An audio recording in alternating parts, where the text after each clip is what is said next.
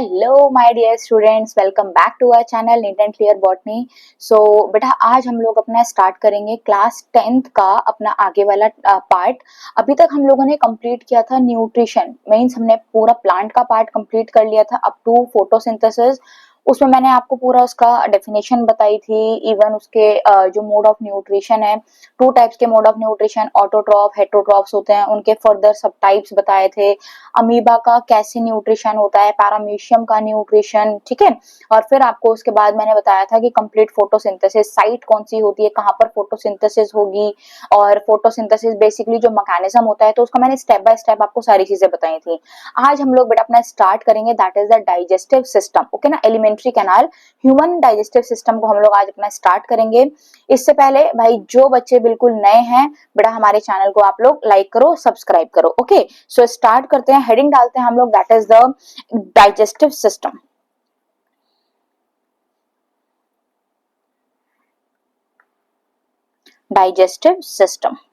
Digestive system, it is also known as alimentary canal। इसको हम लोग एलिमेंट्री कैनाल भी बोलते हैं और गैस्ट्रो इंटेस्टाइनल ट्रैक्ट भी बोलते हैं, ठीक है। सो ये कुछ नेम्स है हमारे यहाँ पर। इसमें आपको बेटे पता होगा सबसे पहली चीज तो आपको इसका डाइजेस्टिव सिस्टम का डायग्राम इज वेरी इंपॉर्टेंट। तो एक बार आप वो डायग्राम बनाना सीख लेना, काफी इजी है, सिंपल डायग्राम। माउथ से स्टार्ट करते हैं, सबसे पहले माउथ है, ठीक है। तो अगर हम लोग देखें तो ये जो पूरा डाइजेस्टिव सिस्टम है हमारा, this is a 6 to 9 metre tube like structure, ठीक है। एक ट्यूब जैसा स्ट्रक्चर है जो स्टार्ट कहां से होता है, हमारा माउथ से स्टार्ट होगा, ठीक है। माउथ के बाद में क्या आता है अपना ये फेरिंग्स, ठीक है, जो आपका नेक पोर्शन है, फेरिंग्स के बाद में यहाँ पर आपके आएंगे next one, that is the food pipe known as oesophagus, ठीक है। ईसोफेगस की ओपनिंग होती है बेटा स्टमक के अंदर, ईसोफेगस की ओपनिंग होती है स्टमक के अंदर। स्टमक आगे ओपन करता है स्मॉल इंटेस्टाइन में, ठीक है। स्मॉल इंटेस्टाइन की ओपनिंग होती है लार्ज इंटेस्टाइन के अंदर,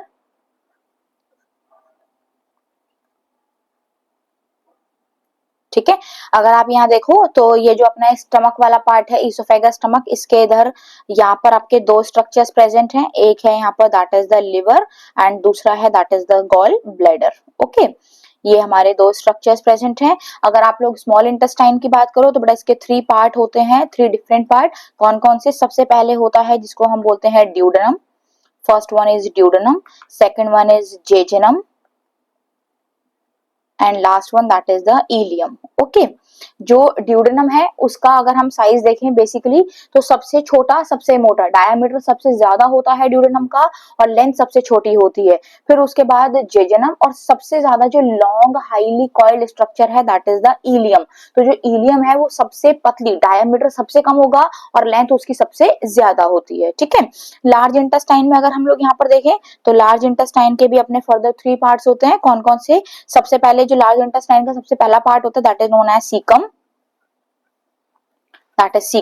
next one is colon and last one that is the rectum, ठीक है। Last one that is the rectum. इसी रेक्टम के अंदर जो भी अनडाइजेस्टेड फूड होता है वो स्टोर होता है और इसी रेक्टम से आगे फूड जो होता है वो एनस से पास आउट हो जाता है, ठीक है। तो ये हमारा पूरा मैकेनिज्म है कि कैसे कैसे डाइजेस्टिव सिस्टम में कौन कौन से पार्ट्स हमारे एसोसिएटेड हैं। इसको हम वन बाय वन स्टार्ट करेंगे, ठीक है। तो सबसे पहले हम लोग बेटा स्टार्ट करते हैं that is from the mouth itself. Mouth में अगर हम लोग देखें तो 2 चीजें आपको देखने को मिलती हैं। माउथ में आपकी 2 चीजें हैं, एक तो है हमारा that is the roof part, जो ऊपर की तरफ पार्ट है उसको पैलेट बोल देते हैं, और एक है फ्लोर पे हमारी क्या प्रेजेंट है, टंग प्रेजेंट है। तो बेसिकली ये मैं थोड़ा सा आपको ऐसे बता दे रही हूँ क्योंकि इसके बारे में आज सच कोई क्वेश्चंस नहीं आते हैं। जो पैलेट वाला पार्ट है वो भी 2 पैलेट होते हैं। आप अपनी टंग को एक बार ना ऊपर की तरफ लगाकर देखना, तो जो बिल्कुल टीथ के पीछे है वो थोड़ा सा आपको हार्ड दिखेगा और धीरे धीरे करके आप अपनी टंग को पीछे लेकर जाओगे तो वो जो पैलेट है वो सॉफ्ट हो जाएगा। तो 2 तरीके के पैलेट होते हैं, एक हार्ड पैलेट होता है और एक सॉफ्ट पैलेट होता है, ठीक है। जो हमारी टंग है, टंग के ऊपर बेसिकली बहुत सारे पैपिलेज प्रेजेंट होते हैं, टेस्ट बर्ड प्रेजेंट होती है। टोटल अगर हम लोग देखें तो 4 डिफरेंट टाइप की टेस्ट बर्ड प्रेजेंट है। एक हमारी टेस्ट बर्ड है स्वीट, ठीक है, मीठे के लिए होती है, एक सोर, ठीक है, एक बिटर और एक सॉल्टी। तो ये 4 डिफरेंट टाइप के हमारी टेस्ट बर्ड हैं। चिल्ली के लिए कोई भी टेस्ट बर्ड हमारी टंग पर प्रेजेंट नहीं होती। जो हमको मिर्ची लगती है that is due to the burning sensation, ठीक है, जो बर्निंग सेंसेशन होती है उसकी वजह से आपको मिर्ची लगती है। तो चिल्ली के लिए there is no taste bud present on the tongue. Okay, now अब इसके बाद में एक हमारा सबसे इंपॉर्टेंट स्ट्रक्चर है जो माउथ के अंदर प्रेजेंट है, that is the teeth. Okay, so मैं एक बार आपको टीथ का थोड़ा सा डिटेल में बता देती हूँ कि टीथ में बेसिकली हमारे कौन कौन से स्ट्रक्चर्स प्रेजेंट होते हैं। तो सबसे पहले हम लोग फर्स्ट हेडिंग डालेंगे यहाँ पर, क्योंकि मैं डिटेल में आपको वन बाय वन बताऊंगी। तो फर्स्ट हम लोग हेडिंग डालते हैं यहाँ पर, दैट इज द माउथ। ठीक है, माउथ के बेटा 2 पार्ट मैंने आपको बताया कौन कौन से, एक तो है रूफ पार्ट और एक है फ्लोर पार्ट। ठीक है, रूफ पर बेटे क्या प्रेजेंट है, पैलेट प्रेजेंट है, और फ्लोर पर क्या प्रेजेंट है, टंग प्रेजेंट है। ठीक है, पैलेट की बात अगर हम लोग करें यहाँ पर, तो पैलेट 2 तरीके के पैलेट है, एक है हमारा that is the hard palate और एक है यहाँ पर that is the soft palate. ठीक है, टंग जो है this is basically a organ of taste. ठीक है, तो ये टेस्ट के लिए, तो यहाँ पर क्या होते हैं, टेस्ट बर्ड प्रेजेंट होती है, टेस्ट बर्ड। और कौन कौन सी टेस्ट बर्ड है यहाँ पर, first one that is the sweet, second one salty, third one sour and fourth one bitter. ठीक है, तो मीठा, नमकीन, खट्टा और कड़वा। ठीक है, इन चारों चीजों के लिए हमारी टंग पर टेस्ट बर्ड प्रेजेंट होती है। No taste bud for the chilli is present. ठीक है, तो no taste bird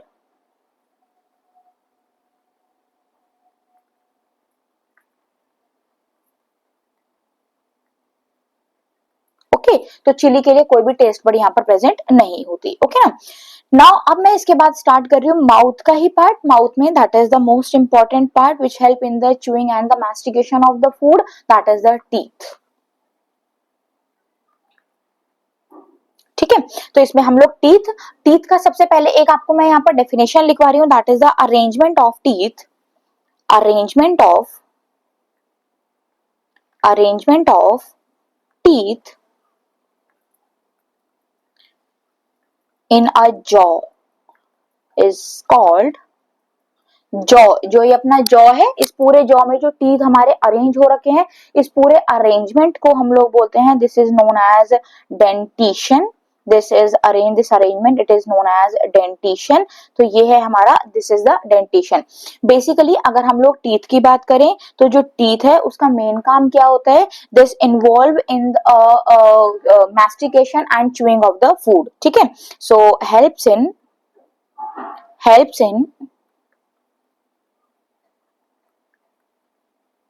chewing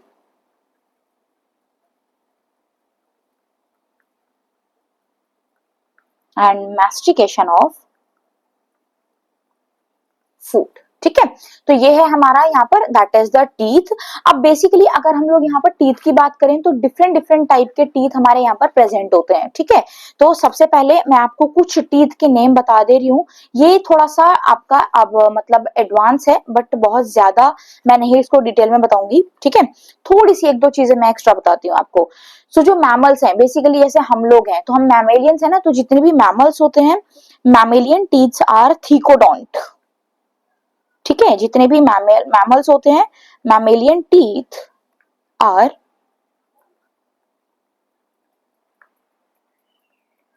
thecodont. Thecodont का मतलब क्या होता है कि जो पूरा जॉ है, ठीक है, जो टीथ है, they are embedded in a socket of a jaw bone. ठीक है, हर एक मतलब हर दांत की अपनी एक स्पेस है ना, जॉ बोन की, जॉ बोन के अंदर अपनी दांत की एक अलग स्पेस होती है, तो उस टाइप के अरेंजमेंट को हम लोग थीकोडोंट बोलते हैं। So they are embedded, they are embedded they are embedded in a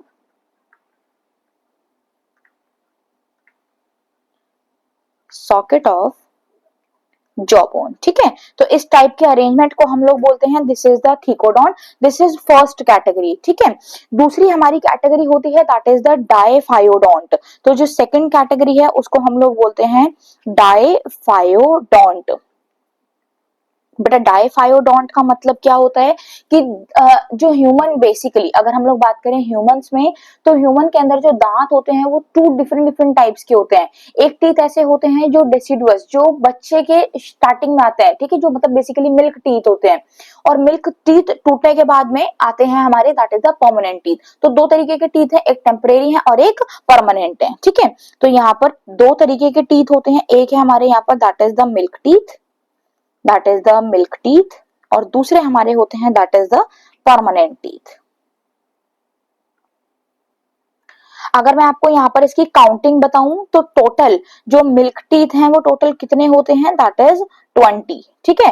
तो 20 दांत हमारे कौन से होते हैं, जो मिल्क टीथ हैं, जो दोबारा से अपीयर होते हैं। तो ऐसे कितने टीथ हैं जो लाइफ में दो बार आते हैं, that is the milk teeth, जो मिल्क टीथ है, ठीक है।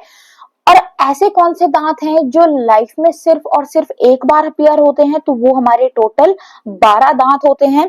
12 दांत में से भाई कौन कौन से दांत हैं आपके पता है किसी को? तो 20 टीथ में से अगर मैं आपको यहाँ पर एक अगर मैं आपको यहाँ पर एक डेंटल फॉर्मूला बताऊं, ठीक है, अगर हम लोग यहाँ पर डेंटल फॉर्मूला देखें तो हमारे कितने टीथ होते हैं बेटा, एडल्ट में टोटल 32 टीथ होते हैं, ठीक है, 32 दांत होते हैं। तो 32 टीथ का एक फॉर्मूला यहाँ पर होता है। देखो जैसे ये रहा हमारा ऊपर वाला जॉ, ये रहा हमारा नीचे वाला जॉ, इसको हम लोग कर देंगे आधा आधा, ठीक है। तो यहाँ पर टोटल नंबर ऑफ टीथ इस जगह पर कितने होते हैं, टोटल नंबर ऑफ टीथ इस जगह पर कितने होते हैं, टोटल इधर कितने होते हैं, टोटल इधर कितने होते हैं, ठीक है। तो इसके लिए हम लोग यहाँ पर एक डेंटल फॉर्मूला देखते हैं, जिसके बिहाफ पे मैं आपको एक थर्ड कैटेगरी बता रही हूँ, third type of the teeth that is known as heterodont, ठीक है। हेट्रोडोंट ये आपको सबको पता होगा। हेट्रोडोंट में बेटा 4 अलग अलग टाइप के दांत हमारे मुंह में प्रेजेंट हैं। कौन कौन से हैं? सबसे पहले हैं that is the incisors, incisors, second one canines,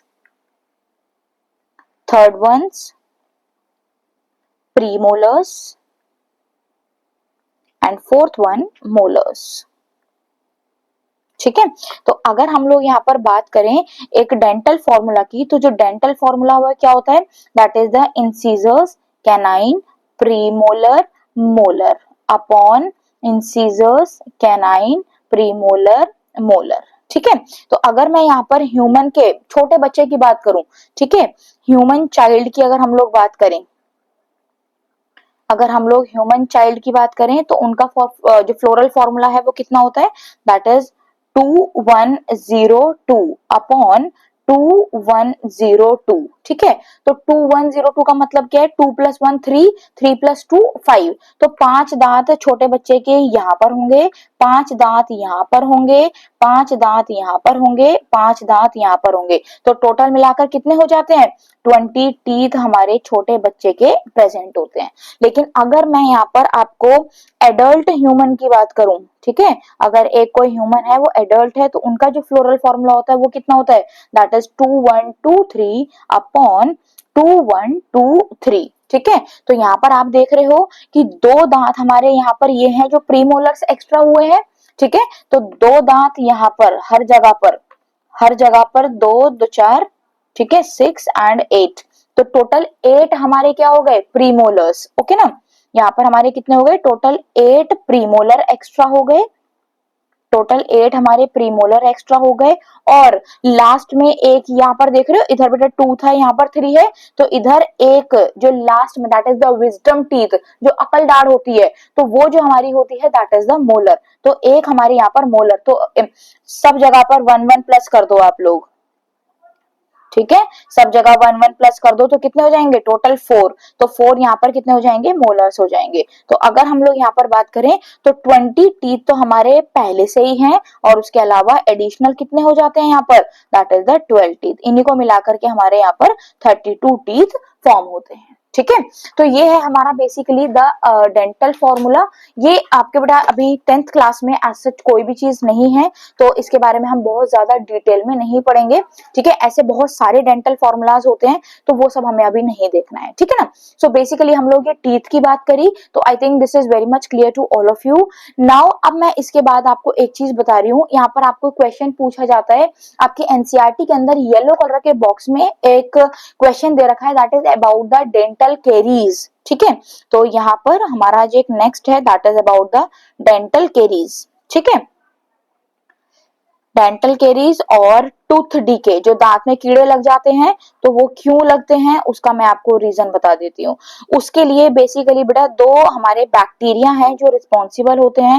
एक बैक्टीरिया है that is the lactobacillus acidophilus और दूसरा है स्ट्रेप्टोकोकस म्यूटेंस।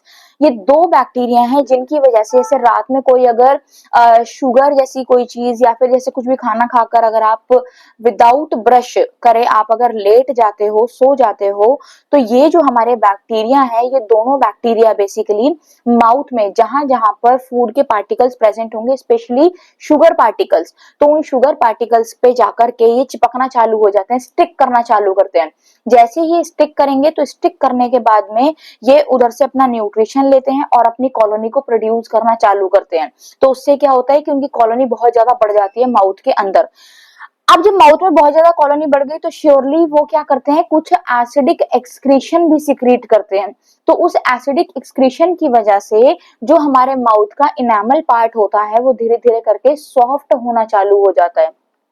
ठीक है, वो सॉफ्ट होना चालू होता है। सॉफ्ट होने के बाद में जो वो बैक्टीरिया है वो अंदर जो सॉफ्ट होने लग गया, अब वो जगह से थोड़ी थोड़ी सी स्पेस क्रिएट होने लगेगी जिसकी वजह से वो अंदर अंदर अंदर जाते जाएंगे और जो हमारे टीथ की पल्प कैविटी होती है वहां पर जाकर इन्फेक्शन करना स्टार्ट कर देते हैं। तो यही होता है जिससे हमारा क्या होता है, डेंटल केरीज होती है, टूथ डीके होना स्टार्ट हो जाता है। तो बेसिकली ये कब होता है, जब वो शुगर के ऊपर एक्ट करते हैं। ठीक है ना, सो यहाँ पर मैं आपको इसका लिखवा देती हूँ। They acts on they acts on sugar,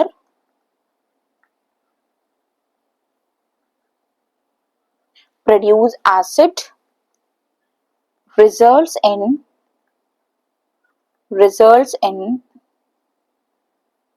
gradual softening of enamel and dentine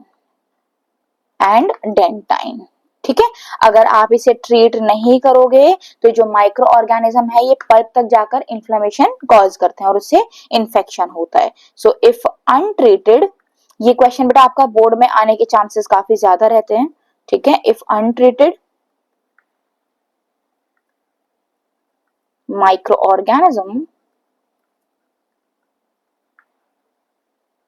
invade pulp which cause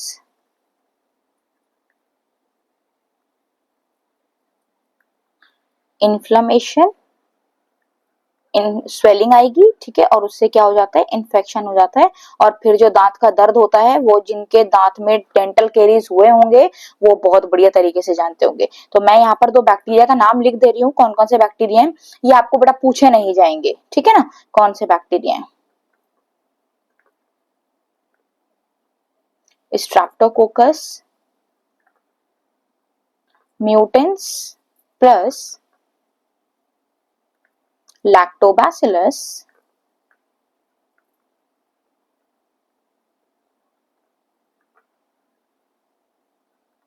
एसिडोफाइलस। ठीक है, so these are two bacteria responsible for the dental caries. Okay ना, ऐसे ही डेंटल प्लेक भी होता है, अगर किसी को पता हो डेंटल प्लेक के बारे में तो एक बार मैं लिखवा दे रही हूँ डेंटल प्लेक का भी। प्लेक क्या होता है, आपने देखा होगा कि अगर कोई ब्रश नहीं करते तो आपने देखा होगा इस चीज का कि जो टीथ होते हैं, टीथ के आसपास एक येलो कलर की कोटिंग होनी स्टार्ट हो जाती है। उस कोटिंग की वजह से दिक्कत क्या होती है, देखो हमारे माउथ के अंदर बड़ा सलाइवा प्रोड्यूस होता है। जो सलाइवा है उसके अंदर कुछ एंजाइम्स होते हैं जो बैक्टीरिया को किल करते हैं, उन एंजाइम को हम लोग लाइसोजाइम्स बोलते हैं। तो जो लाइसोजाइम्स की एक्टिविटी है वो कब तक होगी भाई, जब अगर सपोज ये कोई दांत है, इस टीथ के चारों तरफ अगर कोई लेयर यहाँ पर बन गई है तो श्योरली जो सलाइवा है वो सलाइवा इस लेयर के चारों तरफ ही रहेगा, वो यहाँ पर इस टीथ के पास तक नहीं पहुंचेगा। तो जो टीथ के पास में बैक्टीरिया ग्रो कर रहे हैं उनको किल नहीं कर सकता। तो श्योरली कभी भी अगर ऐसा होता है कि प्लेक अगर हो गया तो उससे आगे जाकर डेंटल केरीज होने के चांसेस बहुत ज्यादा बढ़ जाते हैं। ठीक है ना, तो यही है हमारा that is the dental plaque. तो मैं यहाँ पर आपको लिखवा देती हूँ that is the dental plaque.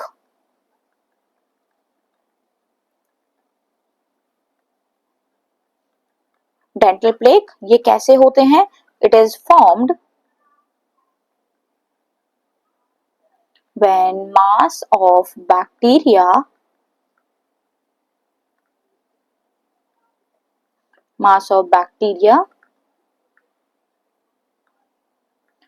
together with food particle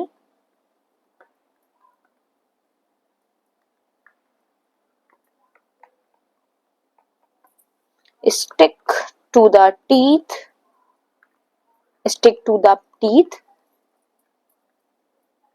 as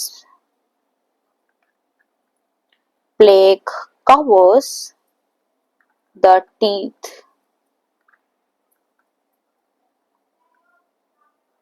Prevent saliva from reaching the surface of teeth. Prevent saliva from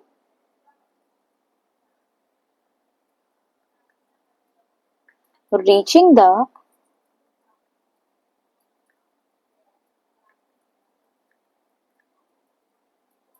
surface of teeth, और उसकी वजह से क्या होता है, जो एसिड प्रोड्यूस हो रहा है वो क्या होता है, न्यूट्रलाइज नहीं हो पाता, तो वो क्या होता है, मतलब इसीलिए हम लोग कहते हैं कि जो डेली ब्रश करना that is very very important. ठीक है, so this is all about the very first part of the alimentary canal, that is the mouth. Now proceed to the second one, that is the pharynx. pharynx मतलब जो हमारा throat part है, ठीक है, जो गला होता है।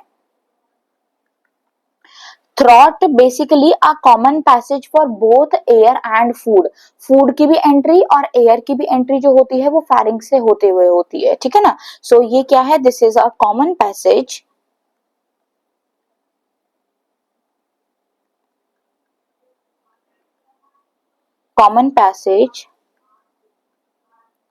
फॉर फूड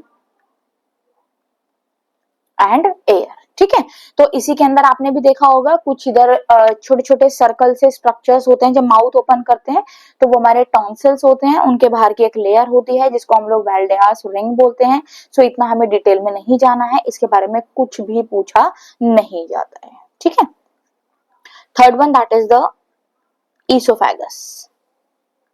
ईसोफेगस बेटा बोले तो food pipe, okay, that is the food pipe. Food pipe यहाँ पर आप देखोगे कि जो फूड पाइप है, फूड पाइप हमारा एक काफी लॉन्ग पाइप है जो हमारा फेरिंग से अटैच है और जाकर आगे अटैच होता है हमारा स्टमक से। ठीक है, इसके अंदर एक टर्म यहाँ पर बेटे पूछी जाती है, that is about the peristaltic movement. Okay, तो पेरिस्टाल्टिक मैं आपको एक बार समझा देती हूँ। लेट सपोज यहाँ पर ये एक ईसोफेगस बनाई है, ठीक है, लेट सपोज ये ईसोफेगस है। इस ईसोफेगस में होता क्या है कि जब हम जैसे फूड हमने अंदर माउथ में लिया, टीथ की हेल्प से हमने च्यू किया, ठीक है, उसको हम च्यू करते जाएंगे तो जो सलाइवा है वो सलाइवा उस फूड के चारों तरफ सराउंड करता चला जाता है।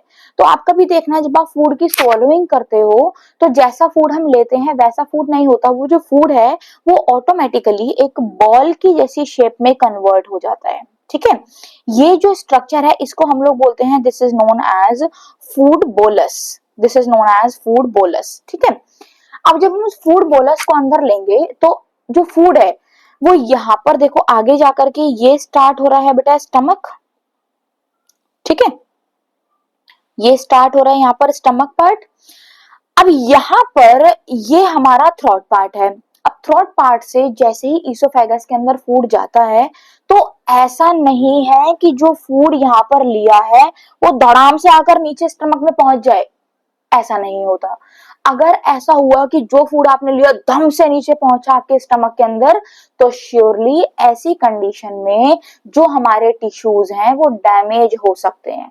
ठीक है, तो उसकी वजह से यहाँ पर क्या होता है, यहाँ पर रिदमिक कॉन्ट्रैक्शन और रिलैक्सेशन होती है। ठीक है, तो थोड़े थोड़े पार्ट में पहले फूड यहाँ पर पहुंचेगा, ठीक है, ये जब कॉन्ट्रैक्ट होगा तो आगे वाले पार्ट सब रिलैक्स होंगे, ये फिर आगे रिलैक्स पार्ट में पहुंच जाएगा।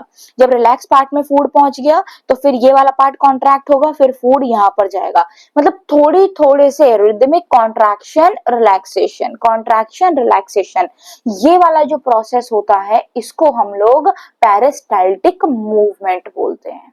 ठीक है, तो ये जो रिदमिक कॉन्ट्रैक्शन रिलैक्सेशन हो रहा है दिस इज नोन एज अपना that is the peristaltic movement. Around अगर हम लोग बात करें ईसोफेगस की, तो जो ईसोफेगस है इसका जो नॉर्मली साइज होता है दैट इज 25 सेंटीमीटर लॉन्ग। ठीक है, ये कितनी होती है, 25 सेंटीमीटर लॉन्ग होती है। मैं यहाँ पर आपको लिखवा देती हूँ। Rhythmic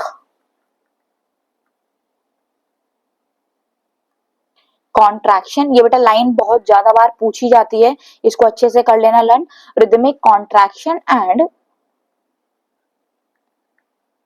relaxation movement of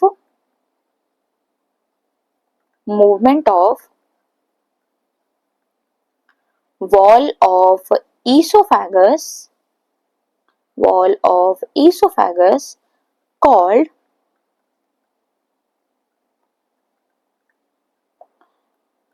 peristaltic movement। ठीक है, तो इसको हम क्या बोलते हैं, this is known as peristaltic movement. तो यही है हमारा पेरिस्टाल्सिस, बहुत इंपॉर्टेंट लाइन है, बहुत बार मल्टीपल टाइम बेटा ये पूछा गया है। ठीक है, तो यहाँ पर मैं इसको इंपॉर्टेंट मार्क कर रही हूँ। सो दिस इज अबाउट ईसोफेगस। ऐसे बहुत सारी बातें हैं, बहुत ज्यादा डिटेल में नहीं करना है, जो हमारा एनसीईआरटी है सिर्फ हम उतना कवर करेंगे इसको। ठीक है ना, नेक्स्ट पार्ट हमारा स्टार्ट होता है that is the fourth part known as stomach. ठीक है, अगर हम लोग यहाँ पर स्टमक की बात करें, सो स्टमक कैसा है, it is a J shape organ. ये कैसा होता है बेटा, ये जे शेप ऑर्गन है। This is a J shape organ, it is a muscular sac like structure, acts as a storehouse of food material। The storehouse, ठीक है, तो जो टेम्परेरीली फूड है वो कहाँ पर स्टोर होता है, हमारा स्टमक के अंदर होता है। धीरे धीरे करके अच्छा खासा वैसे टाइम लगता है, 6 to 7 आवर्स का नॉर्मली फूड को डाइजेस्ट होने में। तो जितना भी हमारा फूड है वो कहाँ पर स्टोर होगा, सबसे पहले that is in a stomach. तो स्टमक से ही हमारा मोस्ट ऑफ द जो फूड है वो डाइजेस्ट होना स्टार्ट हो जाता है। So store house of food material. ठीक है, सो ये हमारा यहाँ पर about the stomach. Now proceed करते हैं next part that is the fifth part known as small intestine.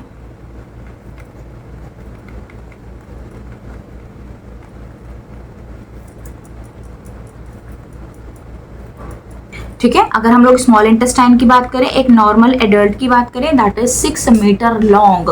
ठीक है, तो एक 6 मीटर सबसे बड़ा जो साइज होता है वो हमारा स्मॉल इंटेस्टाइन का ही होता है।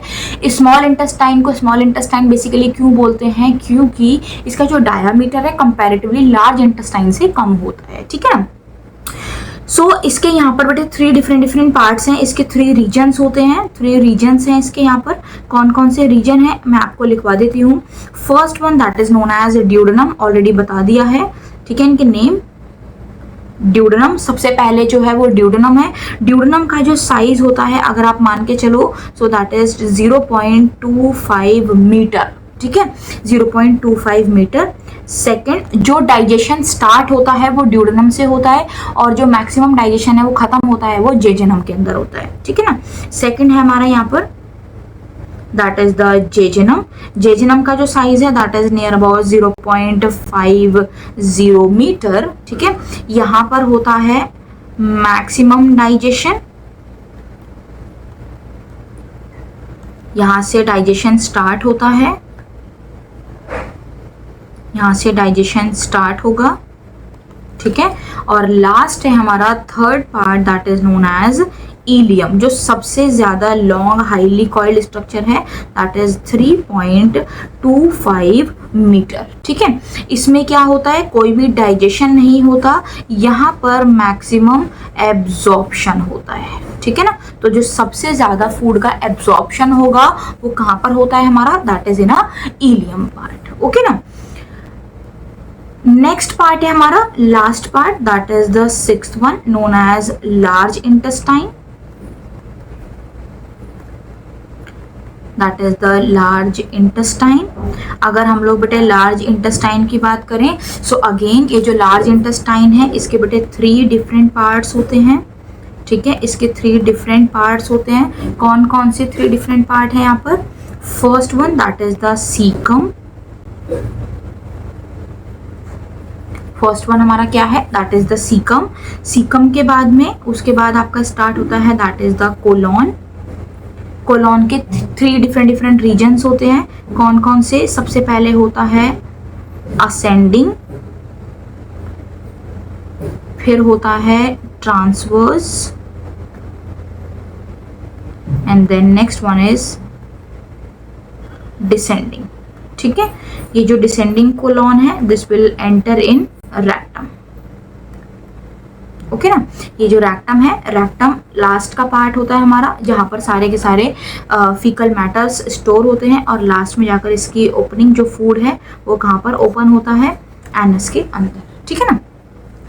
इसके लिए हमें बहुत ज़्यादा डिटेल में कुछ पढ़ने की रिक्वायरमेंट नहीं है। अबाउट द वर्मीफॉर्म, अपेंडिक्स, ये सब हमें नहीं पढ़ना है क्योंकि इन सब की कोई भी ज़रूरत नहीं है, ठीक है ना। एंड ऑलरेडी इसके हम बहुत ज़्यादा इसलिए भी नहीं पढ़ते हैं क्योंकि जो बच्चे बेटा नीट के लिए प्रिपेयर कर रहे हैं तो श्योरली क्लास 11th में भी जो डाइजेशन पार्ट है वो हमारा रिमूव हो गया है, कट गया है, तो वहाँ से कोई भी ज़रूरत नहीं है बिल्कुल भी इसको करने की, ओके ना।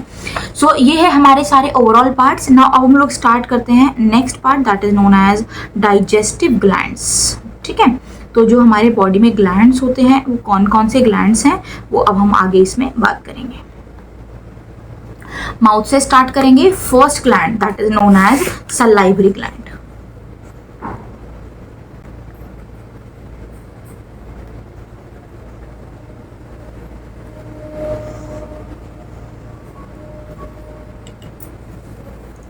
ठीक है, तो अगर हम लोग ह्यूमंस की बात करें बेटे, ह्यूमंस के अंदर बेसिकली 3 पेयर के सलाइवरी ग्लैंड प्रेजेंट होते हैं। मैं बता दे रही हूँ बस आपको यहाँ पर जो 3 पेयर्स ऑफ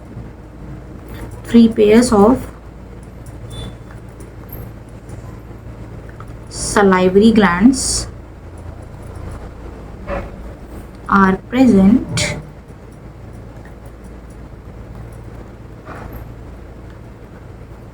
इन ह्यूमंस, ठीक है। तो ह्यूमंस के अंदर 3 डिफरेंट टाइप के सलाइवरी ग्लैंड प्रेजेंट हैं।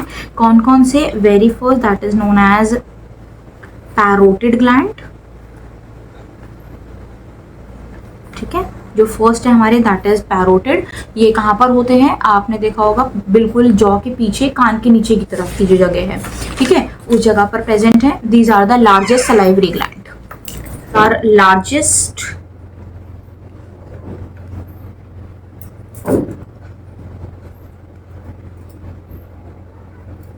Salivary gland, okay.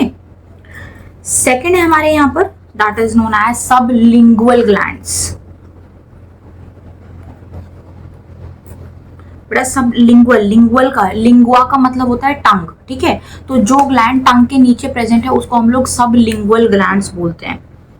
तो आपने देखा होगा कि जो माउथ में सलाइवा प्रोड्यूस होता है वो सिर्फ एक ही जगह से नहीं होता, पीछे की तरफ से भी होता है, टंग के नीचे की तरफ से भी होता है। तो जो नीचे की तरफ से हो रहा है वो कैसे हो रहा है?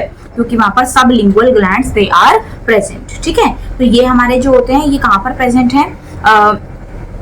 Below the tongue and they are smallest in size, ठीक है। ये सबसे छोटे साइज के होते हैं। Last one, third category that is known as submandibular.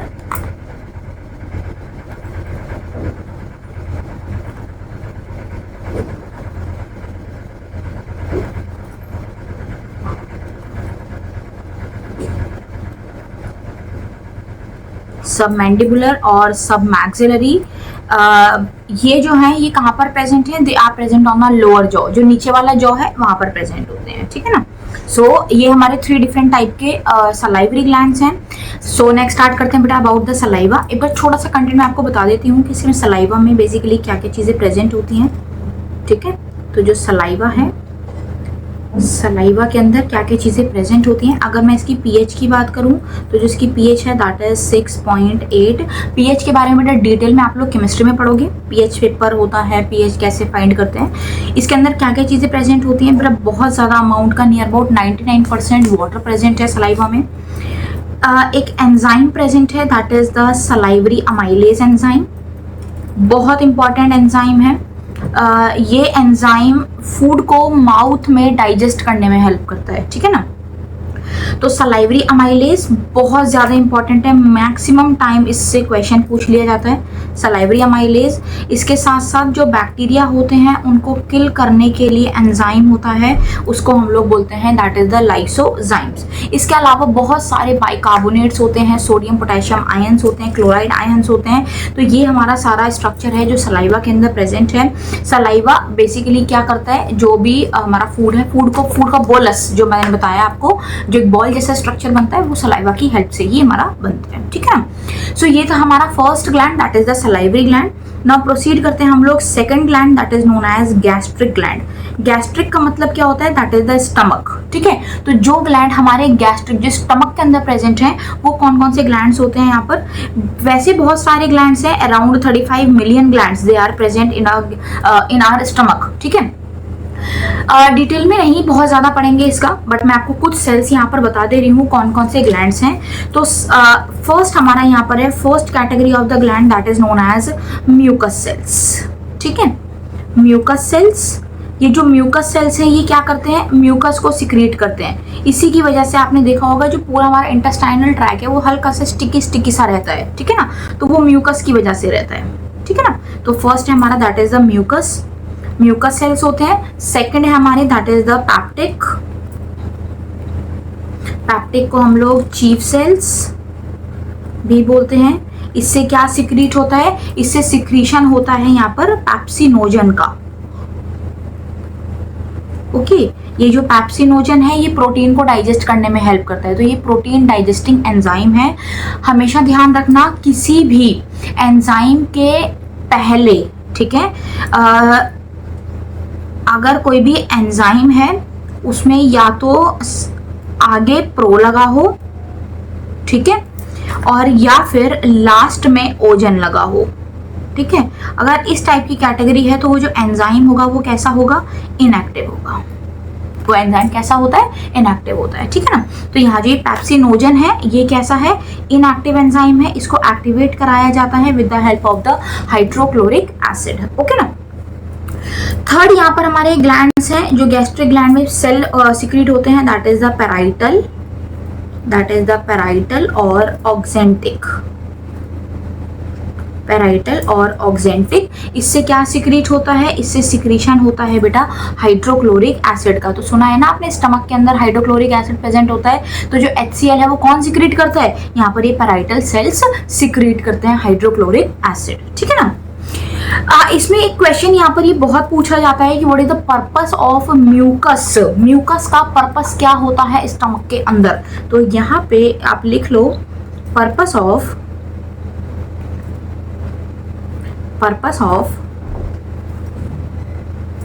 Mucus in stomach, ठीक है।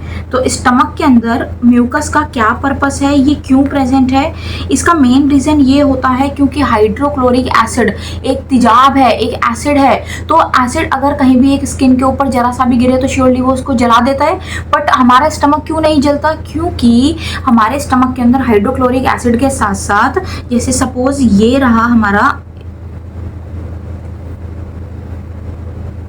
ठीक है, ये सपोज अपना ये क्या बोलते हैं स्टमक, ये जो स्टमक के बड़े लाइनिंग नजर आ रही है, ये जो पूरी लाइनिंग है ये कोटेड होती है with the help of the mucus, ठीक है। तो ये जो पूरी लाइनिंग दिख रही है ये म्यूकस से कोटेड होती है, जिसकी वजह से हाइड्रोक्लोरिक एसिड इन मसल्स तक पहुंच नहीं पाता। तो यहाँ सारे में HCl प्रेजेंट है, म्यूकस चारों तरफ उसकी लेयर पे प्रेजेंट है, तो म्यूकस के पास हाइड्रोक्लोरिक एसिड सराउंड नहीं कर पाता, उसकी मसल्स को डैमेज नहीं कर पाता, इसीलिए म्यूकस प्रेजेंट होता है। तो कोई भी अगर आपको क्वेश्चन आए म्यूकस का लेकर के, तो आप डायरेक्ट ये ना आंसर लिख देना, बिना सोचे समझे, कोई मार्क्स आपके नहीं कटेंगे, ठीक है ना। तो इसका क्या होगा, mucus protect the inner lining of, mucus protect the inner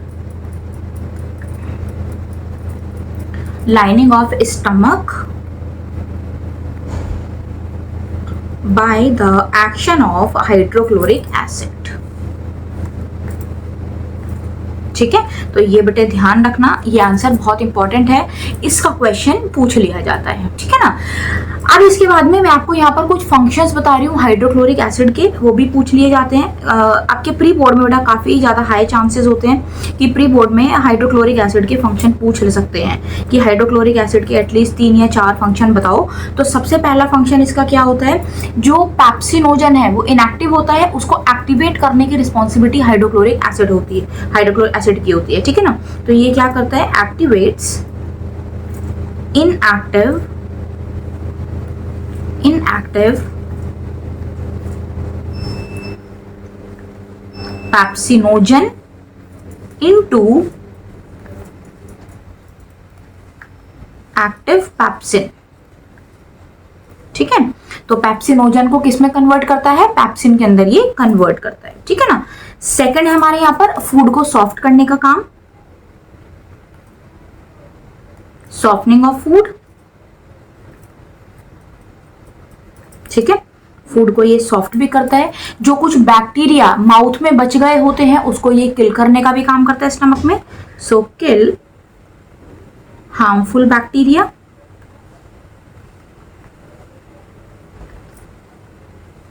जो बैक्टीरिया हैं उनको, हार्मफुल बैक्टीरिया उनको किल करने का भी ये काम करता है। और इसके साथ साथ ये एक और फंक्शन करता है, जो हम लोग आयरन लेते हैं। ठीक है ना। तो जो हम लोग आयरन लेते हैं तो वो क्या करता है, बेसिकली जो हम आयरन लेते हैं वो किसकी फॉर्म में होता है, दैट इज Fe3 पॉजिटिव। ठीक है, तो ये किसे क्या करता है, Fe3 पॉजिटिव को हम लेते हैं और हमारी बॉडी में Fe3 पॉजिटिव का कोई भी मेटाबॉलाइजेशन नहीं होता, तो Fe3 पॉजिटिव को ये किस में कन्वर्ट करेगा, Fe2 पॉजिटिव के अंदर। ठीक है, तो यहाँ पर ये 4 फंक्शंस आप लोग यहाँ पर देख लेना, these are more than sufficient. इसके अलावा आपको बहुत ज्यादा कोई एक्स्ट्रा कोई भी फालतू की चीजें यहाँ पर पूछी नहीं जाती हैं। ठीक है ना। अब इसके बाद में ये जो हमारा यहाँ पर गैस्ट्रिक ग्लैंड्स हैं, गैस्ट्रिक ग्लैंड से कुछ जूसेस सिक्रीट होते हैं। ठीक है ना। तो गैस्ट्रिक ग्लैंड यहाँ पर क्या करते हैं, गैस्ट्रिक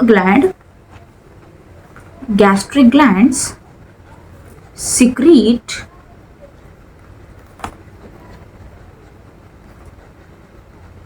गैस्ट्रिक जूसेस। ठीक है, तो मतलब जितने भी ग्लैंड है उनसे जो सिक्रीशन सिक्रीट होता है उसको हम लोग जूस की फॉर्म में बोलते हैं। दिस इज नॉट अ मौसम्बी और मैंगो जूस, ये ऐसा कोई जूस नहीं होता। ठीक है, तो ये हमारा क्या है, this is the gastric juices. Okay ना। So this is all about second gland, that is the gastric gland. Now proceed करते हैं हम लोग थर्ड ग्लैंड पे, that is known as intestinal gland. ठीक है, तो नाम से पता चल रहा होगा इंटेस्टाइनल ग्लैंड मतलब कहां पर प्रेजेंट है, इंटेस्टाइन, बोथ स्मॉल इंटेस्टाइन और लार्ज इंटेस्टाइन दोनों के अंदर ये प्रेजेंट होती हैं। ठीक है ना। सो यहां से जो इंटेस्टाइनल ग्लैंड है ये क्या करते हैं, ये जूस को सिक्रीट करते हैं, सिक्रीट जूसेस नोन एज, जो इनका जूस होता है, जैसे गैस्ट्रिक ग्लैंड का था तो वहां पर सिंपल नेम था, that is the gastric juices, but intestinal gland के जूस को हम लोग क्या बोलते हैं, that is known as succus entericus.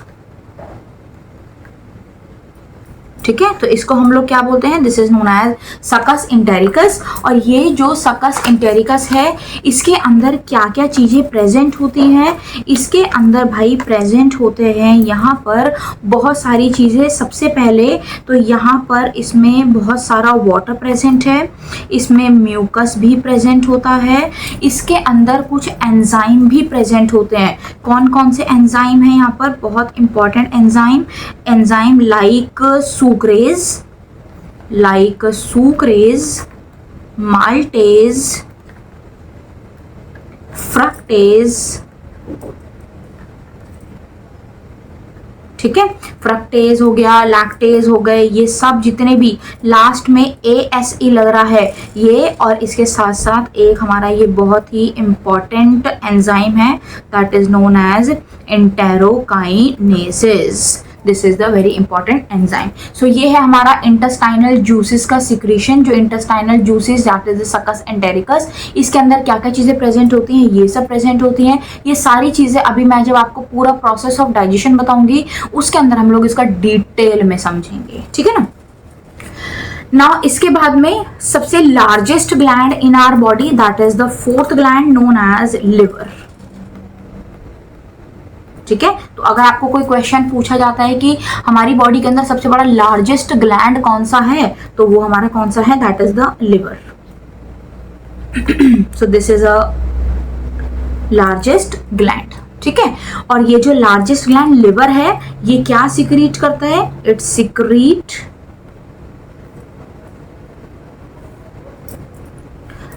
चलो इसका एक बार मैं आपको बता देती हूँ।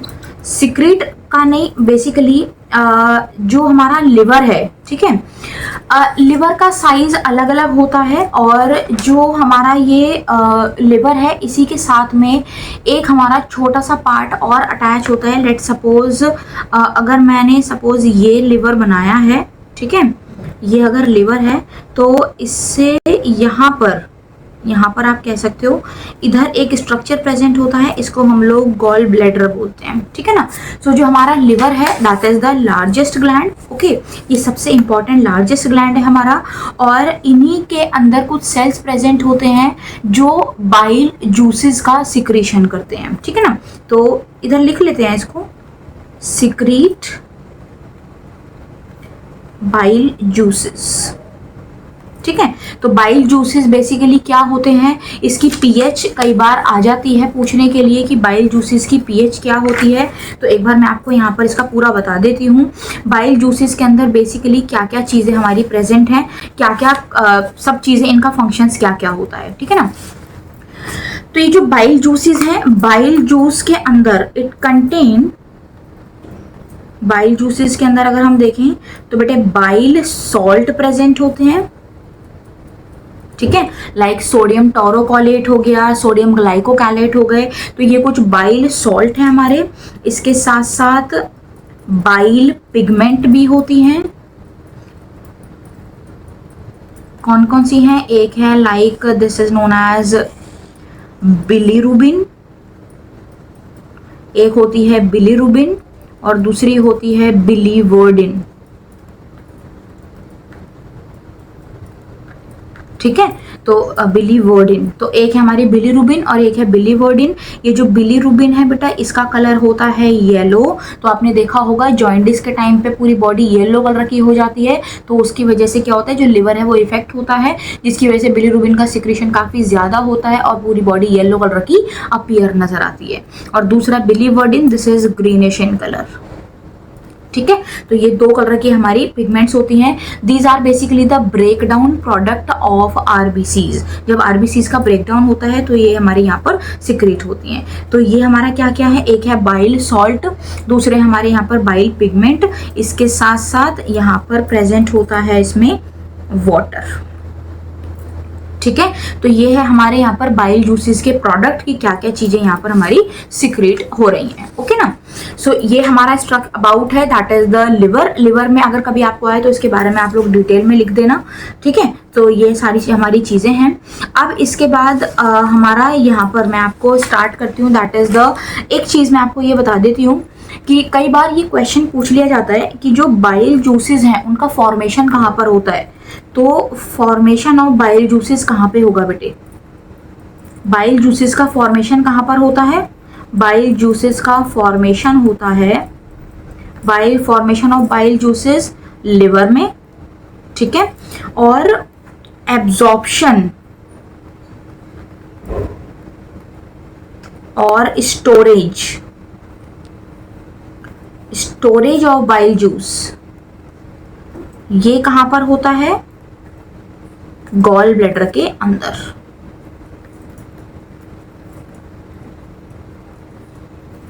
ठीक है। तो यहाँ पर ये इस बात को बेटा याद रखना, this is very important thing you must know about कि where does bile juices they are form, that is they are form inside the liver, and कहाँ पर ये स्टोर होते हैं, that is in a gall bladder. तो कभी आपने देखा होगा कि अगर किसी को गॉल ब्लैडर के स्टोन्स हो जाते हैं, ठीक है, तो उसको हमें रिमूव करना पड़ता है। तो स्टोन खाली अलग से रिमूव नहीं होते, पूरा गॉल ब्लैडर रिमूव होता है, जिसकी वजह से आप ये कह सकते हो कि उनकी बॉडी के अंदर बाइल जूसेस का स्टोरेज नहीं होता, ठीक है ना। तो बाइल जूसेस बिल्कुल भी स्टोर नहीं होते हैं। गॉट माई पॉइंट, क्लियर हो गया सबको। नाउ अब इसके बाद हम लोग यहाँ पर चलते हैं, that is the last gland known as pancreas. अच्छा, इससे पहले हाँ एक दो फंक्शन और है बेटा बाइल जूसेस के, सॉरी मैं आपको यहाँ पर लिखवा देती हूँ, ये फंक्शन कई बार पूछे गए हैं। तो function of bile,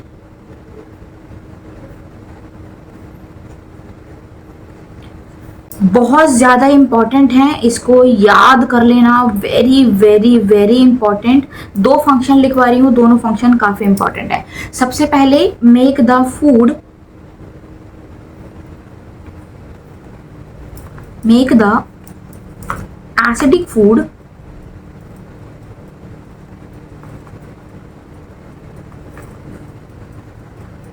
into alkali, ठीक है। जो हमारा स्टमक से फूड आ रहा होता है वो फूड हमारा, क्योंकि स्टमक के अंदर हाइड्रोक्लोरिक एसिड है, तो उसकी वजह से वो फूड हमारा कैसा होता है, एसिडिक नेचर का होता है। और अगर फूड स्टमक से स्मॉल इंटेस्टाइन में आएगा और वो फूड, अगर आप कह सकते हो कि वो फूड हमारा एसिडिक ही रहा, तो जो हमारा स्मॉल इंटेस्टाइन के अंदर ग्लैंड्स होते हैं, जो उसके एंजाइम हैं, वो सारे एंजाइम मर जाएंगे। तो उसकी वजह से होता क्या है कि जो यहाँ पर एसिडिक फूड है, बाइल जूसेस उस एसिडिक फूड को अल्कलाइन मीडियम में कन्वर्ट करती हैं। तो एसिडिक से किस में कन्वर्जन होगा, बेसिक मीडियम के अंदर, ठीक है ना। सेकेंड फंक्शन है हमारे यहाँ पर इमल्सिफिकेशन ऑफ फैट। बेटा इमल्सिफिकेशन का मतलब क्या होता है, that is the break down, ठीक है। तो इमल्सिफिकेशन ऑफ फैट, इसमें क्या लिखोगे आप लोग, that is the break down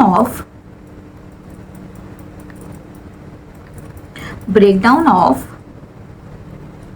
large fat globule into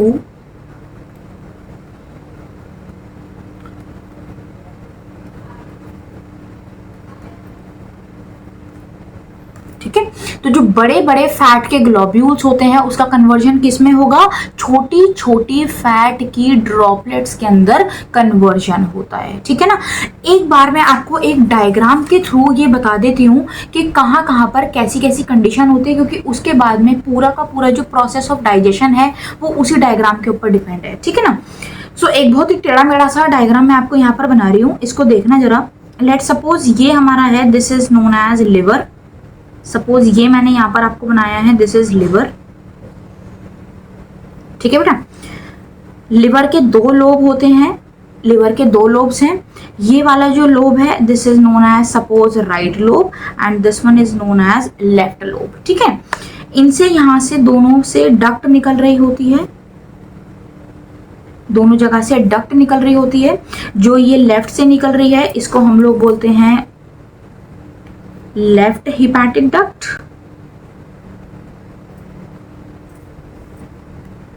left hepatic duct, ठीक है।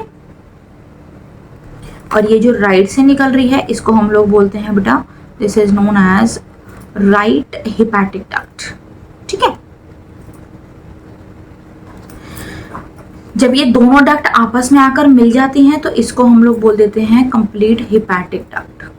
तो राइट और लेफ्ट दोनों मर्ज हो गई हैं, तो अब ये जो डक्ट बनी है इसको हम लोग बोलेंगे हिपैटिक डक्ट। इस हिपैटिक डक्ट का आगे जाकर बाइफर्गेशन होता है, ये एक जगह डिवाइड करती है, और यहाँ पर ये जो स्ट्रक्चर सर्कल सा बनाया है इसको हम लोग बोलते हैं गॉल ब्लैडर। ये हमारा पूरा क्या है, दिस इज लिवर, ठीक है। और ये जो गॉल ब्लैडर की आपको यहाँ पे दिख रही है डक्ट, इसको हम लोग बोलते हैं सिस्टिक डक्ट, ठीक है। सिस्टिक डक्ट और हिपैटिक डक्ट एक जगह आकर दोनों मिलेंगी, तो इसको हम लोग बोल देंगे this is known as common bile duct. तो इसको हम क्या बोल देंगे, this is known as common bile duct. और ये जो कॉमन बाइल डक्ट है बेटा, इसकी ओपनिंग होती है यहां पर, ये जो स्ट्रक्चर मैंने बनाया है दिस इज ड्यूडेनम, इसको हम ड्यूडेनम बोलेंगे। और यहां से एक और एंट्री हो रही होती है, इसको हम लोग बोलते हैं पैनक्रियाटिक डक्ट। ठीक है, तो देखो ये रहा liver, okay, this one is liver. Liver के दो लोब हैं, एक राइट लोब और एक लेफ्ट लोब, दोनों से डक्ट निकल रही है। राइट वाली डक्ट को राइट हिपैटिक डक्ट बोलते हैं, लेफ्ट वाली डक्ट को लेफ्ट हिपैटिक डक्ट बोलते हैं। राइट और लेफ्ट जब दोनों आकर के मर्ज हो जाती है तो उसको हम लोग बोल देंगे हिपैटिक डक्ट। हिपैटिक डक्ट का एक जगह से डाइवर्जन होता है, वो कहां पर होता है, सिस्टिक डक्ट में, और सिस्टिक डक्ट ओपन होती है गॉल ब्लैडर के अंदर।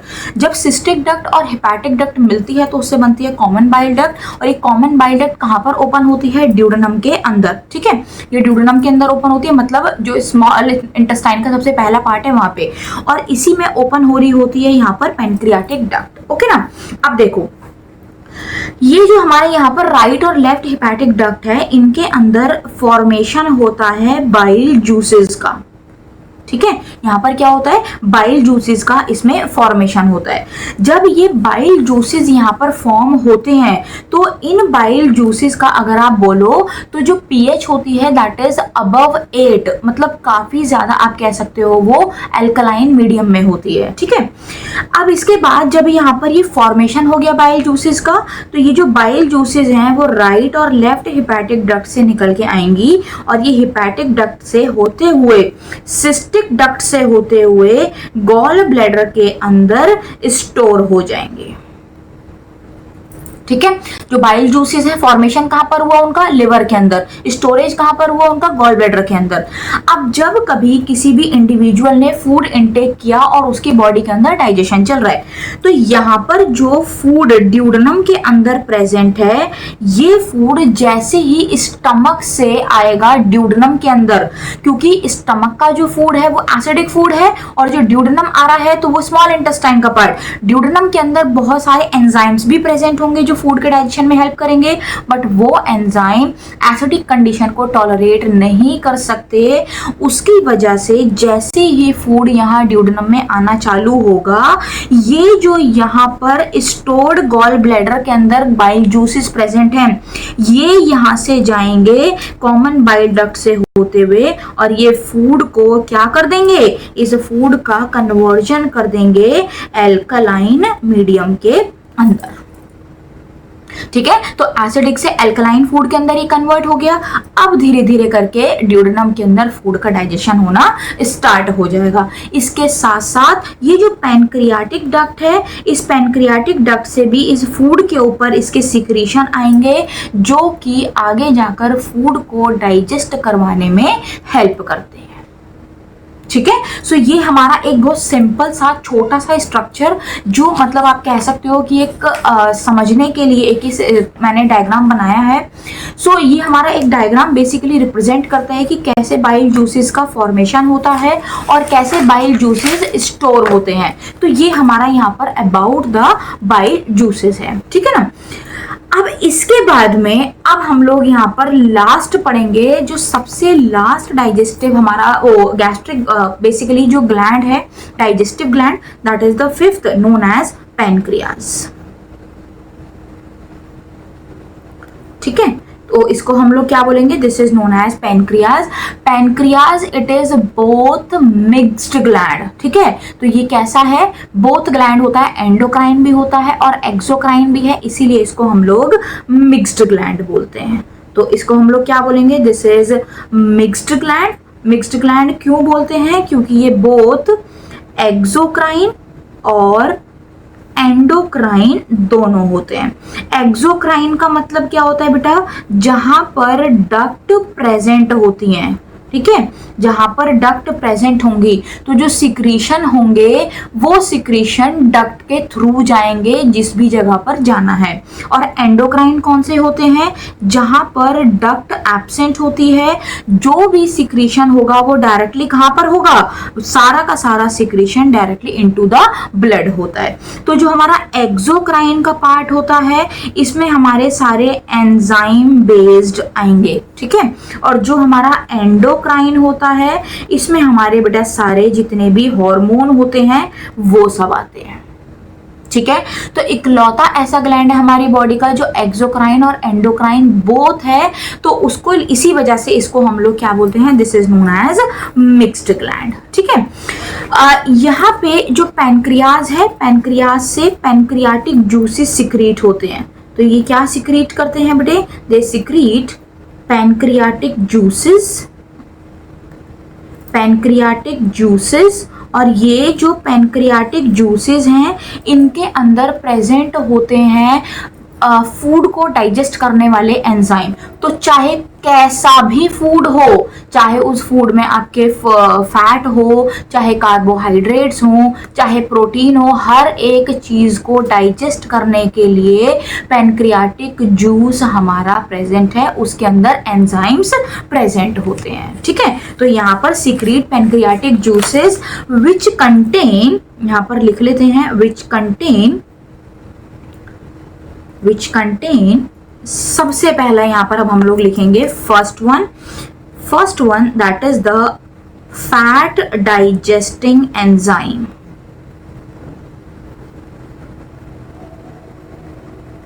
क्या प्रेजेंट है, फैट को डाइजेस्ट करने वाला जो एंजाइम है, that enzyme it is known as lipases, ठीक है। तो इकलौता ऐसा एंजाइम है जो फैट को डाइजेस्ट करेगा और ये एंजाइम कहां पर प्रेजेंट है, पैनक्रियाटिक जूस के अंदर प्रेजेंट होता है, ठीक है ना। सेकंड है हमारा that is the protein digesting enzyme, second one that is protein digesting enzyme. ये जो प्रोटीन डाइजेस्टिंग एंजाइम है वैसे बहुत अलग अलग टाइप के होते हैं, बट मैं आपको एक ही बताऊंगी, that is known as trypsinogen.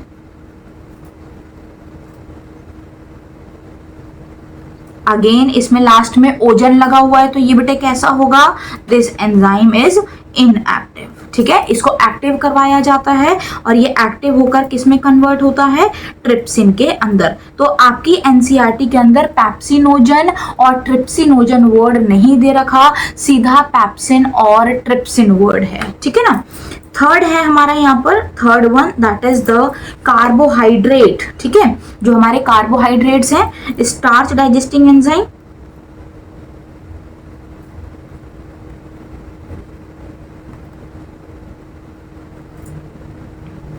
एक हमारा सलाइवा में प्रेजेंट था, that is known as salivary amylase, और पैनक्रियाज के अंदर प्रेजेंट होता है, that is known as pancreatic amylase, ठीक है। तो आपको इससे लेकर एक एमसीक्यू फॉर्म हो सकता है कि अगर कोई एक पेशेंट है, उस पेशेंट का पैनक्रियाज वर्क नहीं कर रहा, तो उस पेशेंट के पैनक्रियाज को अगर हम रिमूव कर देते हैं तो कौन कौन से ऐसे फूड हैं जिनका after the removal of the pancreas food का डाइजेशन में अफेक्ट आने वाला है, ठीक है, फूड डाइजेशन इफेक्ट होगा। तो उसमें फर्स्ट ऑप्शन होगा आपका फैट, सेकेंड आपका होगा कार्बोहाइड्रेट, थर्ड आपका होगा प्रोटीन और फोर्थ होगा ऑल 1, 2 and 3। तो इसका जो आंसर होगा दैट इज फोर्थ वन, ठीक है। सो this is about gastric glands, digestive glands. जितने भी अभी तक हमने डाइजेस्टिव ग्लैंड पढ़े, 5 टाइप के, salivary gland, gastric gland, intestinal gland, liver and pancreas. तो ये हमारे 5 यहाँ पर डाइजेस्टिव ग्लैंड्स हैं। अब हम लोग यहाँ पर स्टार्ट करेंगे next one, that is the process of digestion.